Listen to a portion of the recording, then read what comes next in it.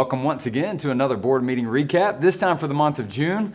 Again, J.D. Harden here, joined with Superintendent Mary Elizabeth Davis. Welcome. Thanks for having me. Well, we're glad to have you guys with us as we recap everything that took place in the month of June, our last month for the 2018-2019 school year. Unbelievable. A lot of stuff took place. The agenda wasn't extremely long, but it did have some very substantive items. That's right. And so we're going to recap the items that the board took action on first. The biggest one out there was the budget, the FY20 budget for the 2019-2020 school year. Seems like we've been on that for a little while, but last night was a culmination of a lot of hard work, and our board unanimously voted to support that outstanding budget. That's right. So last night, our Board of Education unanimously adopted our FY20 budget, which was actually the highest budget in school system history, a $407 million budget. But as all of you know, this is not a process that just began this month. We have been in process since January to build a budget that reflected the values of our community and the priorities of our Board of Education. You know that in February, we had a community conversation where members of our community convened to articulate their priorities as we set out to develop the FY20 budget. Now, it was clear that the Board of Education, along with our community, valued an investment in our employees. We know that the learning experiences of our students are highly dependent on the effectiveness of all employees that are in our organization. And therefore, you see a strong investment in employees, $22 million new dollars dedicated to compensation for most of our employee job families. And it is a great reflection of our board recognizing that it is the people in our organization that are so vital to the way we work.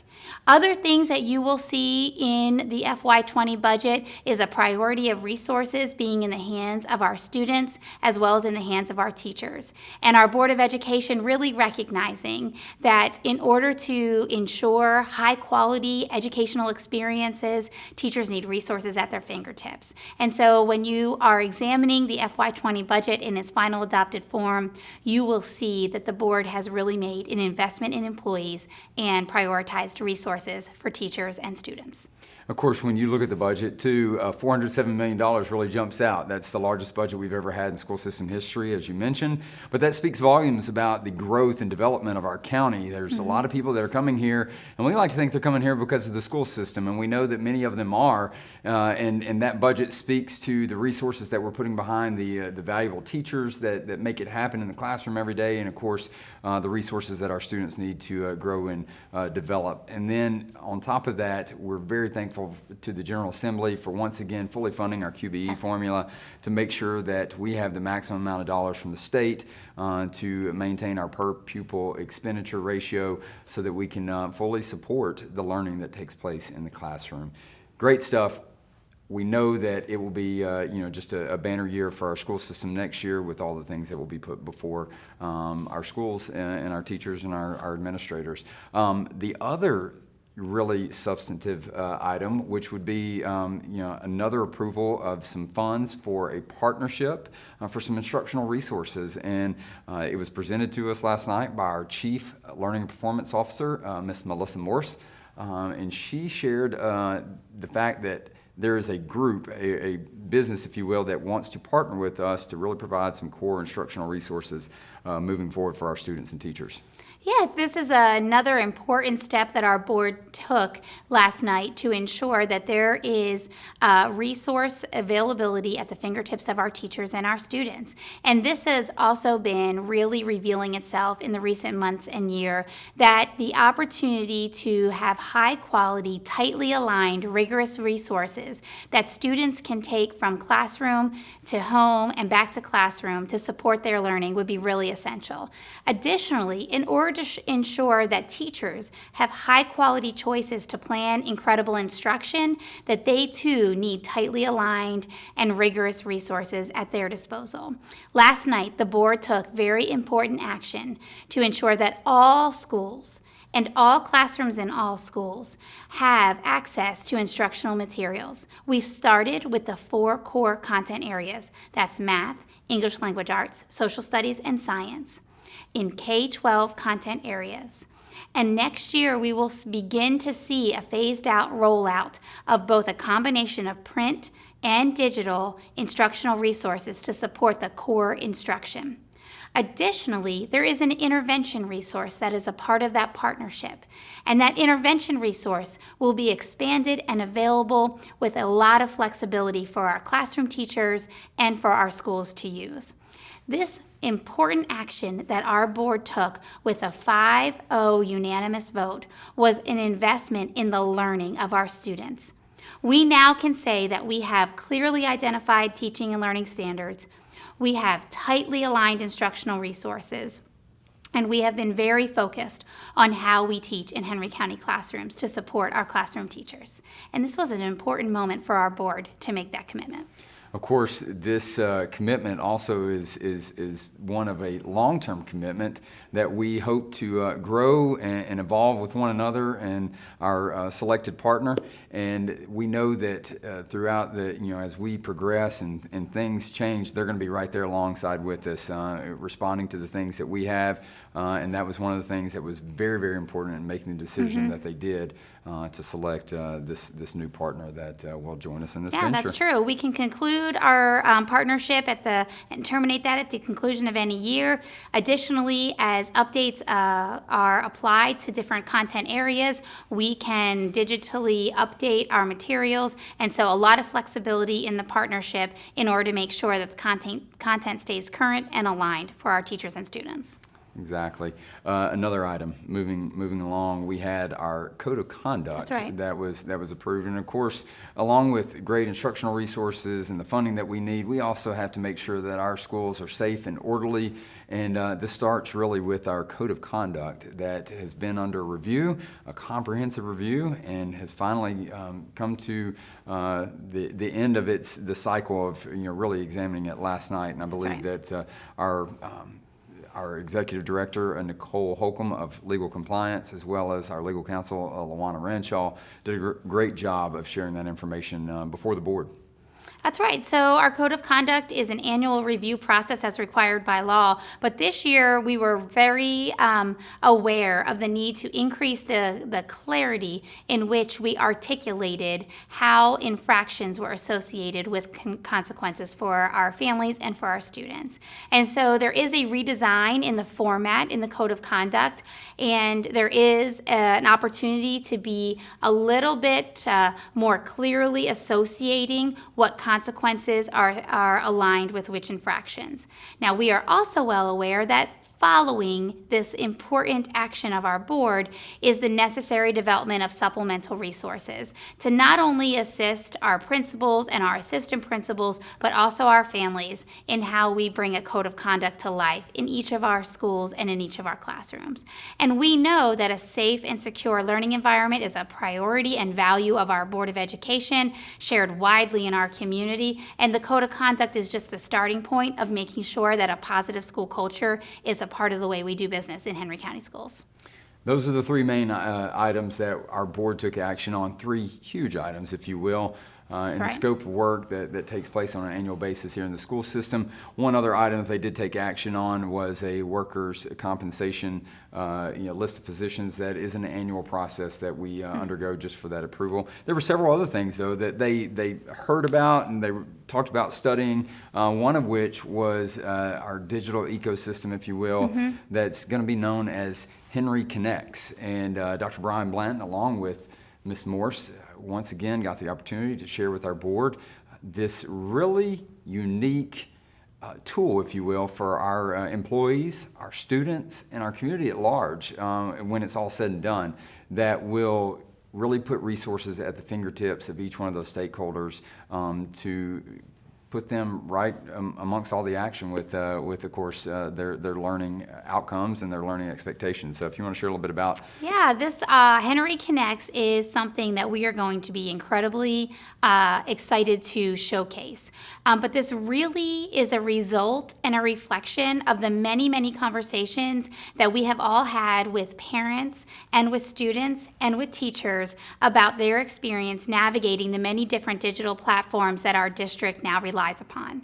In particular, many of the family advisory councils that I've had the honor of being a part of, we've talked about the experience a parent has going to many different digital environments in order to support that learning at home, and that has become a little bit cumbersome and sometimes so hard to navigate that it really deters us from doing so.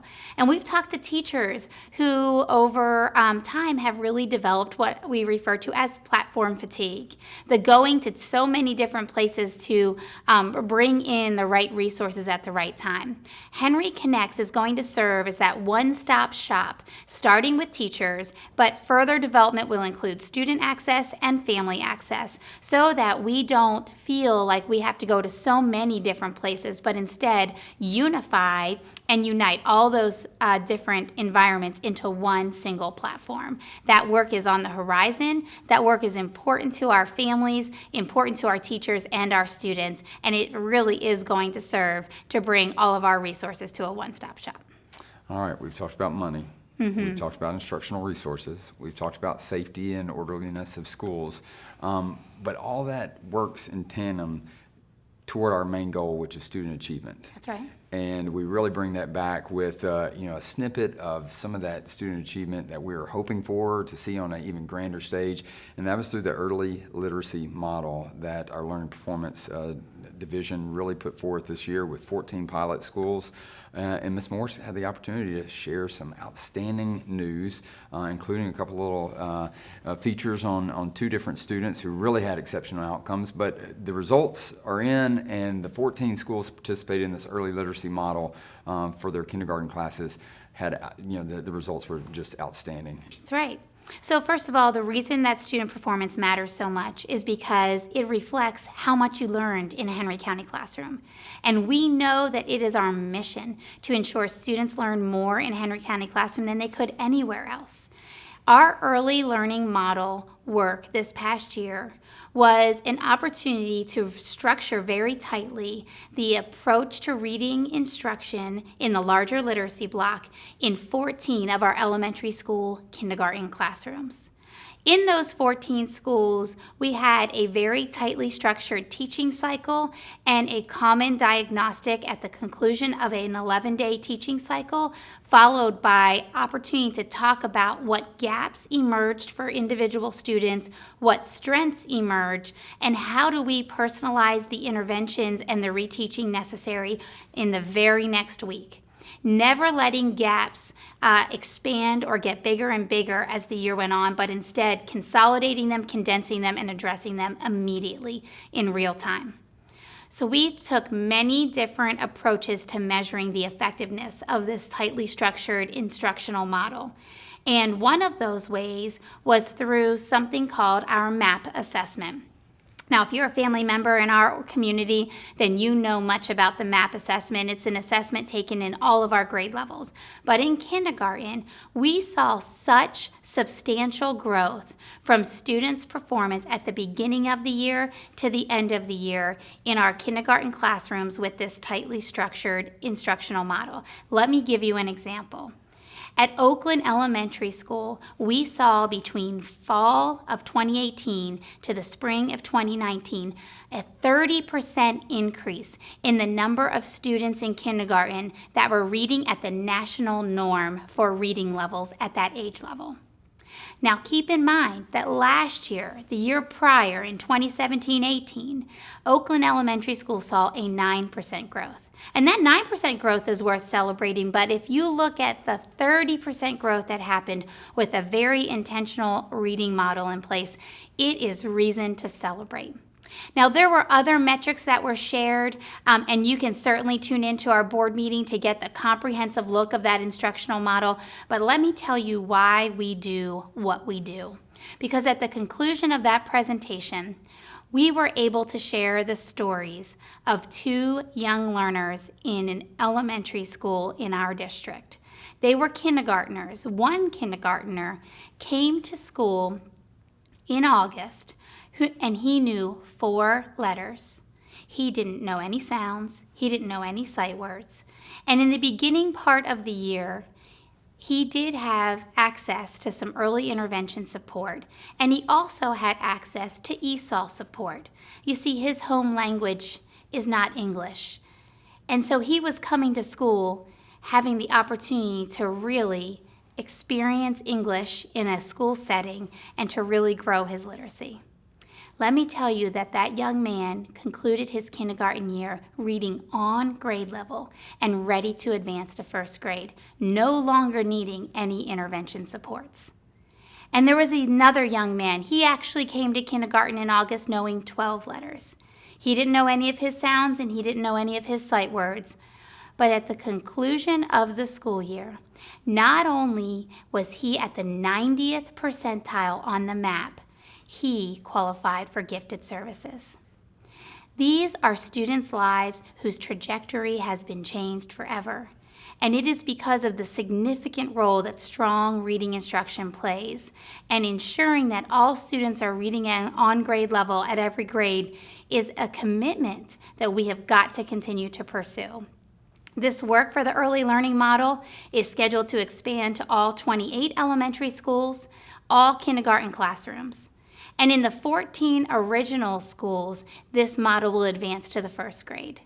We are so excited for this early indication of great progress and performance improvement, and we look forward to seeing how state accountability metrics begin to trickle in, and we will share them with you as soon as they are available. The state metrics are just right around the corner, so you liked what you heard from Superintendent Davis about the great work for those schools that were taking on this early literacy model. Just wait until we get the rest of the information back. The whole picture is looking quite well for our district, and so we're excited to celebrate that, and we know that you will be too whenever that information comes out. In addition to all the action that was taken by the board that we mentioned earlier, they also took action in welcoming several new members to our district and school buildings for the upcoming school year, and I know you want to welcome them into the district. Definitely. I want to start by welcoming our new Chief School Leadership Officer, Kirk Schrum. He'll be joining us and starting on July 1st. I also want to recognize and welcome our newest principals. The principal was appointed to Rocky Creek Elementary School, and that's Sonia Ayanaga. And I want to recognize the principal appointed to Red Oak Elementary School, and that is Shakir Akbar. So welcome to the team. I also want to welcome our Director of Assessment, Mitch Stevens, formerly our principal at Ola Elementary School. And I want to recognize and welcome our new Fine Arts Coordinator, Pamela Burgess. Now, we also had the board take action on 2 very important resignations, and we want to celebrate the long-standing service and dedication to our team of Dr. Bryant, our Chief Operations Officer, and Dr. Hooker, our Assistant Superintendent for high schools. Congratulations to both of them. And of course, we lose Dr. Hooker over to Social Circle City Schools, where he will now become the superintendent over That's there. right. So That's right. congratulations, Dr. Hooker, and thank you for your service. As is customary for many of our board meetings, we have the opportunity to bring in students, talented students, if you will, from across the district and various schools to provide inspiration for our business meeting, our business session. And of course, last night, the June meeting was no exception. We had Miss Avery Stafford from Flippin Elementary, who came in and really got things going with a very appropriate poem about expectations, and really keying in on the word that we'll talk about and discuss a little bit later, the term expect. And she had everybody in there just really giving her a grand ovation for her words. For such a young student, she really had a solid impact to get the meeting going. Each and every month, we have the opportunity to recognize the outstanding work and dedication of many of our students and staff members, and the month of June was no exception. We got to welcome in several members from the local Relay for Life organization as they came in to celebrate the hard work of our entire school system, really, towards their fundraising efforts this year, and they shared with us that overall for Henry County, there was around $230,000 that was raised to support Relay for Life. And they came to celebrate and thank Henry County Schools for being a part of that overall fundraising effort. Then we also had our Henry County Retired Educators Association. Came in, provided 3 scholarships. It has been brought to my attention that those 3 scholarship recipients are going to be teachers later on. So really excited about being able to give back to those particular individuals to really give back again in the career that has given them so much and started them on their obvious career path. We had students, state championship winners last night. Dutchtown High School, Eagles Landing High School, Stockbridge High School, Luella High School, Union Grove High School. A lot of these schools had single winners, but some of them had multiple winners in the recent state championships that were held for track and field in both 4A and 5A classification. And then we had our state championship golf team from Ola High School, their first ever boys state championship team, and there was actually the individual 5A state golf champion was on that team as well. And then we got the opportunity to recognize several of our district and school personnel as they really helped us this past year in a cross-functional study team setting to look at Title I as well as our handbook and our welcome back package for many of our families as they join our school system. But after that, it was an opportunity for our board members to share their many highlights, and I know that you had a few highlights that you got to share as well. One of them being our recent visit to McDonough High School and McDonough Middle School. Share a little bit about that. That's right. The board had the opportunity to visit our McDonough Middle School and McDonough High School replacement schools for Henry County High and Henry County Middle. And they are scheduled to open this fall on August 1st. And it was just so remarkable to see the reaction of our Board of Education for the many, many years it takes to plan and then to prepare and then to really see come out of the ground 2 new schools. The schools look remarkable. The athletic complex looks remarkable, and it's obvious that the learning that's going to take place is going to be remarkable. And our board really bragged about their experience, and they were really proud and excited for the students and the families who are going to walk those halls as we head back to a new school year. July 26th, mark it on your calendars. We will be cutting a ribbon for both of those facilities to mark that remarkable occasion for those 2 schools in that community. As we've alluded to in previous conversations and tapings, the students that were currently at Henry County Middle and Henry County High School will be the ones that will now be going to the new McDonough High and McDonough Middle. And these new buildings, as you shared, are really going to be something for the city of McDonough to now have its namesake school, or schools I should say, right here in their community. So that was a wrap. That was it. So I feel now that we have finally concluded the school year for the 2018-19 as June 30th is the technical end date for that, and we'll be rolling right into the next one. Well, soon. yeah, you might think that, JD, but it is all about getting ready for 2019-20, and we have already started kicking it off. And last week had the opportunity to convene all of the leaders of the organization and really launch what we are calling Expect Exceptional. We spent a lot of time thinking about what do the students and the families expect of school in our community, and how will we make good on those expectations. And we are proud and excited to convene as a community and to get ourselves ready to kick off a new school year and invite all of you to expect exceptional.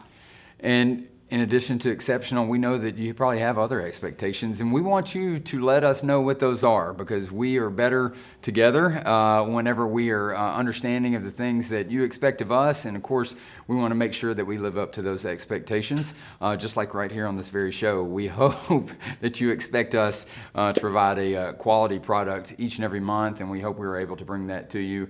As always, we're welcome to feedback. But we do appreciate you guys tuning in, as always, to hear all the wonderful things that your Board of Education takes on each month to make the school system the absolute best it can be. So once again, thank you for joining us in this month of June for our board meeting recap. J.D. Harden, Superintendent Mary Elizabeth Davis. We'll see you next time. As is the case with most board meetings, there's a lot more information that you're able to witness being there in person or watching the full version on demand that we're unable to bring to you here in this very short board meeting recap. The links to those presentations and videos can be found in the description section directly below this video.